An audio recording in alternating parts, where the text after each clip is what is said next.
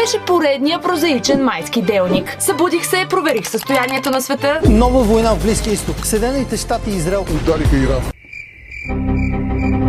И реших да си легна обратно. Няколко премигвания на клепача по-късно благоразсъдих архето на работния процес. С ентусиазма на Обломов инициирах преглед на електронната си кореспонденция, като бързо се озовах в състояние на кафкианска екзистенциално-административна безнадежност, подпомогнато от поведението на телефона ми, който бе решил да захвърли претенциите си на съвременно средство за мобилна комуникация в бездната на Тартар и да функционира като археологическа реликва от времето на клинописните съобщения в Месопотамия. След 3-минутна трудова активност, която изсмука търпението ми като маелстрьома край бреговете на Норвегия, реших да се приобщя към симулакрума на водещата платформа за визуално-естетическо възпитание на съвременното общество, чиято корнокопия 3000 години по-късно идеологията на Нарцис намира своите верни адепти. Материализирах образа си в кадър, но вместо Афродита, възникнала от морската пяна край Кипър, на фотографиите присъстваше резултат значително по-близък до визуалната естетика на Горгона Медуза. Запитах се, дали проблемът е в модела на телефона или просто в модела, не от телефона.